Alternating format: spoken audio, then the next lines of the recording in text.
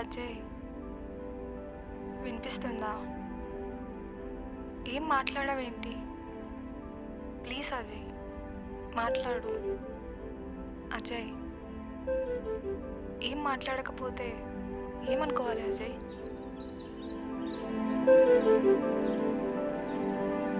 చెప్పు, వింటున్నా. ఎలా ఉన్నావు?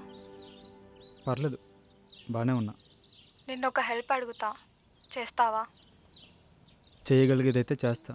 నిన్ను ఒకసారి కలవాలి. ఎందుకు? ప్లీజ్, నన్నేం క్వశ్చన్స్ అడగకు. It's urgent. సరే రా. సరే, బాయ్.